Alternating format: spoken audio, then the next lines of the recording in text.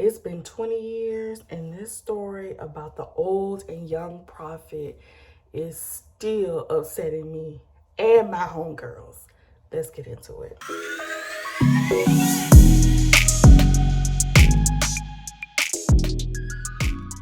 Going in our shoe closet because everyone's asleep except me, and I gotta get this done because I want to be obedient. So in 1 Kings chapter 13, verse 1 through 25, we are looking at a young prophet that the Lord commanded to go to Bethel. Now, this prophet was from the tribe of Judah.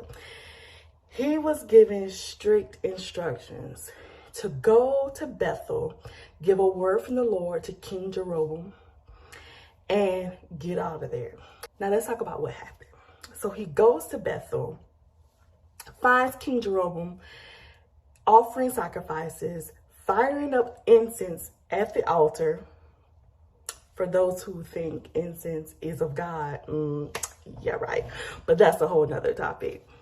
So he finds King Jeroboam firing up incense, giving offerings to idol gods. This young prophet told him that God was going to raise up another king named Josiah from the house of David. He was going to destroy all these altars, all these idol gods that they had created.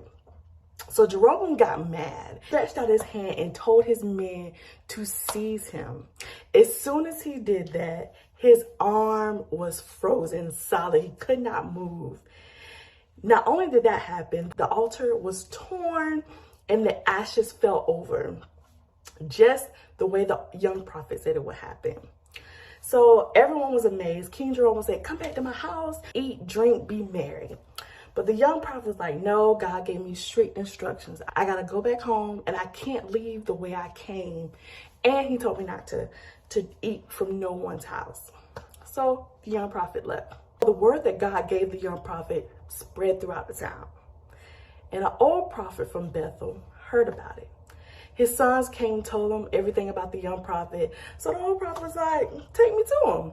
So they took him to the young prophet, saw him resting up under the tree. And here's when it gets a little shifty. So the old prophet was like, "Hey, come back to my house, eat with me." The young prophet was like, "No, God told me to come in, give the word, and leave out. And don't even leave out the same way I came, and don't eat from anyone's house." The old man was like, "I'm a prophet too. So, and an angel told me from God that you come to my house and eat my food, eat with me. So let's go." So the young prophet was like, "Oh, okay, you're a prophet. You heard from an angel, so let's go." The young prophet got to the old prophet's house and he was eating. As soon as he was about done eating, a word came to the old prophet. And he began to prophesy to the young prophet and tell him how he was disobedient to God's word and that he was going to surely die for disobeying God's word. So the young prophet left, and on his way home, he surely did die. A lion came and attacked him and killed him right in the road, and his body laid there. Not only did he die, his body was never to be returned for him to be buried with his fathers. 3 things I learned from this. Number 1, sometimes when God tells you to do something, you need to do it and not rest. See, the young prophet was found resting under the oak tree. There's nothing wrong with resting. Sometimes when God tells us to do something, we need to do it, execute it, and then go back to where we're supposed to be. Sometimes that resting, getting caught up, you can get caught up in things that you're not even supposed to. If he was not resting under that oak tree, the old prophet would have never caught up with him. Matter of fact, how did he catch up with him? How long was he resting? Not only did he walk to him, he rode on a donkey. Do you know how slow a donkey is? How long were you resting? So many times, do what God tells you to do and bounce. Number 2, God is not the author of confusion. If God told you to do something, do it. Not only that, the word that came to the young prophet came from the Lord. The old prophet said an angel told him a word of the Lord, an angel. Number 1, the creation will never supersede the creator. It's not the author of confusion. He's not going to give you one word and then give another to somebody else and especially not confirm it within you. Never get, now I don't know if the young prophet maybe never seen an angel, maybe got caught up, oh, he heard from an angel. No. The creation will never supersede the creator, God himself.